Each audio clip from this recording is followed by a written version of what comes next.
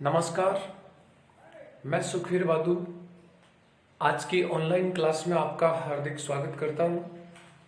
आज का हमारा टॉपिक टेंस से रिलेटेड है और आज हम पढ़ रहे हैं first tense, present indefinite tense.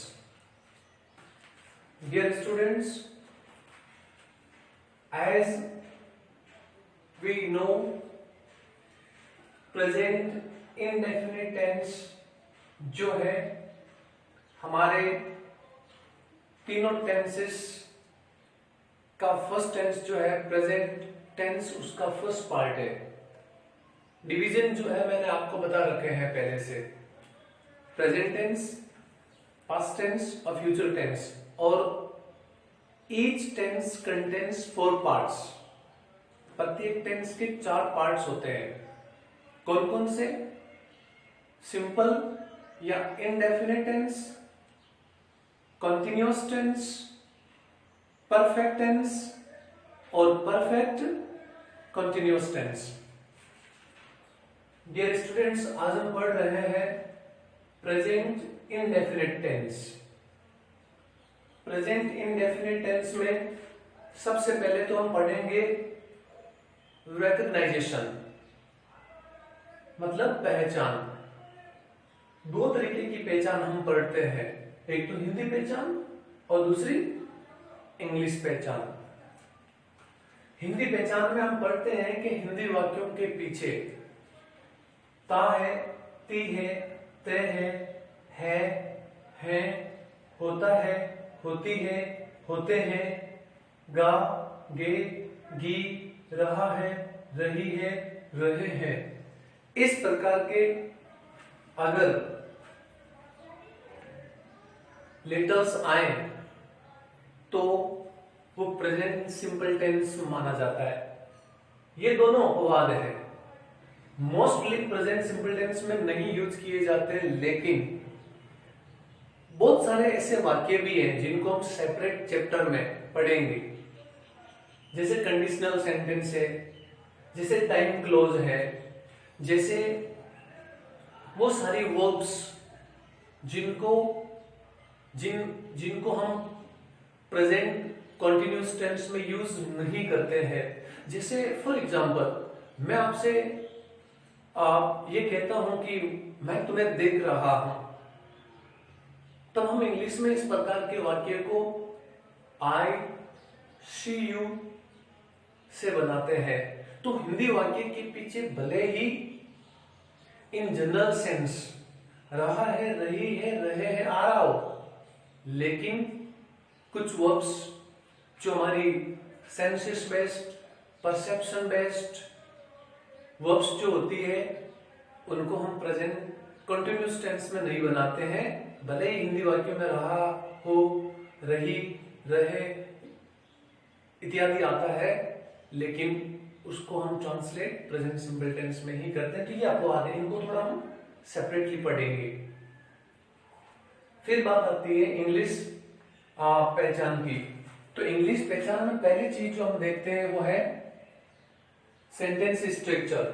Sentence structure इस तरीके से बनता है, सब्जेक्ट अगर सेंटेंस अफर्मेटिव हो तो वर्ब की फर्स्ट फॉर्म या वर्ब की फर्स्ट फॉर्म में एस और एस लगता है। दूसरा जो निगेटिव सेंटेंस है उसमें हेल्पिंग वर्ब्स, ध्यान रखिएगा ये दोनों ही डू और डज, ये दोनों हेल्पिंग वर्ब्स हैं। डू का यूज सिंगुलर नाउन के साथ में होता है, सॉरी प्लूरल नाउन के साथ में, और डज का यूज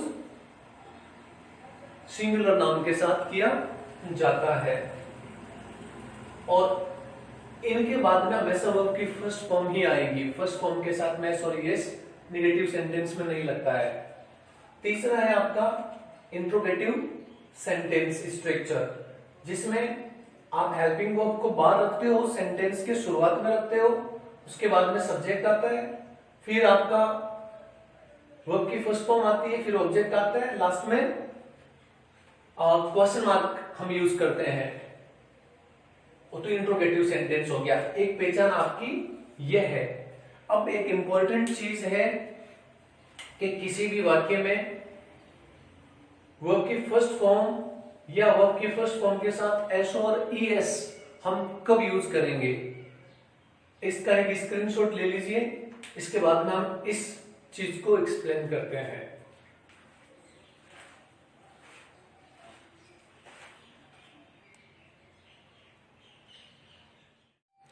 जैसा कि मैंने बताया, हेल्पिंग वर्ब्स दो प्रकार की होती है। सामने देखिए बोर्ड पर लिखा है, डज सिंगुलर सब्जेक्ट के लिए यूज करते हैं। सिंगुलर सब्जेक्ट होते हैं ही, सी, इट, नेम और कोई वन थिंग, कोई एक चीज हो तो उसके साथ डज का यूज होता है। और दूसरी हेल्पिंग वर्ब है डू, वो प्लूरल सब्जेक्ट के साथ यूज की जाती है। आई, वी, यू, दे और टू और मोर देन टू थिंग्स, दो या दो से अधिक चीजों के लिए हम डू का यूज करते हैं। ध्यान रखिएगा, आई भले ही अकेला होता है लेकिन प्रेजेंट सिंपल टेंस में ये सिंगुलर नहीं माना जाता, इसको प्लूरल माना जाता है। अब जो इंपॉर्टेंट चीज है वो है, मैंने आपको हेल्पिंग वर्ब बताई, अब है मेन वर्ब। मेन वर्ब दो यूज हम करते हैं। कौन कौन सी करते हैं दो मेन वर्ब? एक हम यूज करते हैं वर्ब की फर्स्ट फॉर्म और दूसरे हम यूज करते हैं वर्ब की फर्स्ट फॉर्म के साथ में एस या ईएस। देखो पहले तो हम क्लियर करते हैं कि वर्ब की फर्स्ट फॉर्म कहां यूज होती है, और दूसरा हम क्लियर करते हैं कि वर्ब की फर्स्ट फॉर्म के साथ एस और ईएस कब लगता है। तो कंडीशन मैं बता देता हूं, वर्ब की फर्स्ट फॉर्म लगेगी, माइनस का मतलब है निगेटिव, क्वेश्चन मार्क का मतलब है इंट्रोगेटिव और प्लस का मतलब है अफर्मेटिव। सेंटेंस जब निगेटिव होगा तो वर्ब की फर्स्ट फॉर्म, सेंटेंस जब इंट्रोगेटिव होगा तो वर्ब की फर्स्ट फॉर्म, सेंटेंस जब पॉजिटिव होगा, ध्यान से सुनना, सेंटेंस तो पॉजिटिव हो अफर्मेटिव हो एक ही बात है, लेकिन प्लूरल सब्जेक्ट होगा। अगर सब्जेक्ट प्लूरल हो तो वर्ब की फर्स्ट फॉर्म यूज होगी। अब सेकंड कंडीशन आती है कि वर्ब की फर्स्ट फॉर्म के साथ एस और ईएस का यूज कब होता है। तो इसका यूज होता है सिर्फ और सिर्फ कि सेंटेंस अफर्मेटिव हो, सेंटेंस अफर्मेटिव हो और सब्जेक्ट सिंगुलर हो। सब्जेक्ट अफर्मेटिव, सब्जेक्ट सिंगुलर, तब उसके साथ वर्ब की फर्स्ट फॉर्म और वर्ब की फर्स्ट फॉर्म के साथ एस और ईएस लगता है। अब प्रॉब्लम आती है यहां पर कि वर्ब के साथ एस या ईएस लगता है, तो एस कब लगता है और ईएस कब लगता है। तो पहले मैं कंडीशन आपको समझा रहा हूं, वर्ब के साथ में ईएस की, वर्ब के साथ में ईएस कब लगता है। देखो, end of the verb if there is, verb के अंत में अगर, वर्ब के अंत में o, x, c h, s h, s s, j इत्यादि हो, एटसेट्रा हो, तो हम क्या करते हैं, उसके पीछे ईएस लगाएंगे, उस वर्ब के पीछे ईएस लगाएंगे। फॉर एग्जाम्पल जीओ, गो के पीछे ओ है, जैसा कि मैंने बताया कि ओ अगर हो तो हम क्या करेंगे, अगर सेंटेंस अफर्मेटिव हो, सब्जेक्ट सिंगुलर हो, तो वो जीओ ईएस करेंगे। ठीक वैसे ही wash, s h, watch, c h, ये अगर आ जाता है तो इनके पीछे हम ईएस लगाते हैं। पहली कंडीशन तो ये। दूसरी कंडीशन है, देखो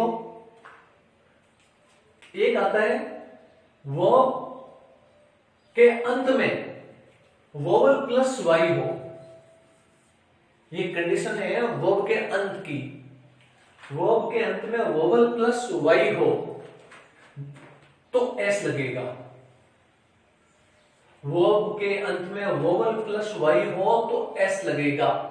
जैसे P L A Y, verb के अंत में ए और वाई है, इसका मतलब क्या है, वाई से पहले वोवल है तो हमें एस लगाना है, P L A Y S, हमें एस लगाना है।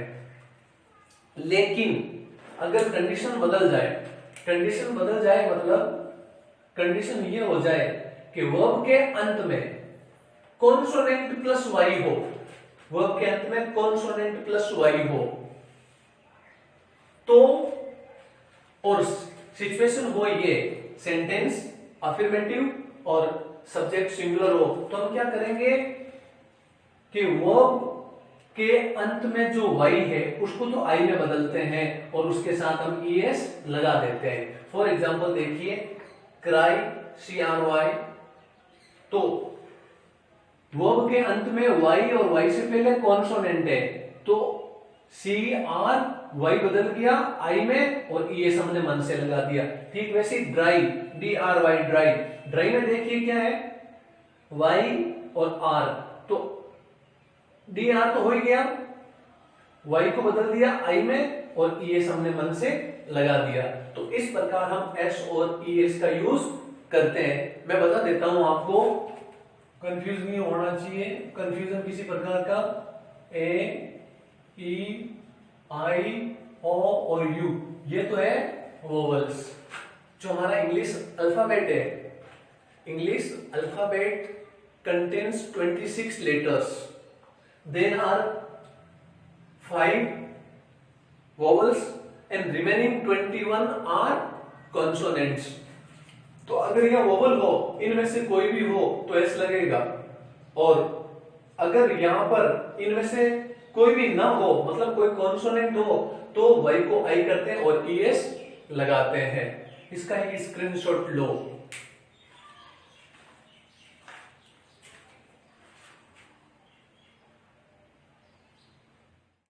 कुछ इंपॉर्टेंट एडवर्बियल्स ऐसे होते हैं जिनको प्रेजेंट सिंपल टेंस का माना जाता है। अक्सर correct form of the verbs के लिए जो क्वेश्चंस आते हैं, हालांकि इनमें भी बहुत सारे अपवाद हैं, फिर भी स्कूल लेवल की ग्रामर के लिए बहुत सारे ये एडवर्बियल्स हैं जिनको सेंटेंस में जब इनका यूज होता है तो mostly present simple tense as a correct form of the verbs के रूप में माना जाता है।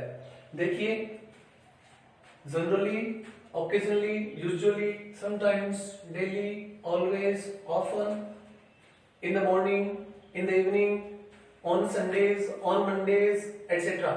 On Sunday का मतलब होता है रविवार को, और on Sundays, on Mondays का मतलब होता है हर रविवार को, हर सोमवार को। Every time, every morning, every evening, etc. Once, twice, thrice, एक बार, दो बार, तीन बार। कब? A day, week, month, year, hour, fortnight, decade, century, etc. Time indicating word आता है एक के बाद में। सप्ताह में एक बार, सप्ताह में दो बार, महीने में तीन बार, महीने में दो बार, महीने में एक बार, etc. ये इंपॉर्टेंट एडवर्बियल्स है। अगर सेंटेंस में हमें ये नजर आए तो उन वाक्यों में हमें as a correct form of the verbs के लिए वर्ब की फर्स्ट फॉर्म और वर्ब की फर्स्ट फॉर्म में ईएस या एस फिल करना होता है। इसका स्क्रीनशॉट लीजिए आप।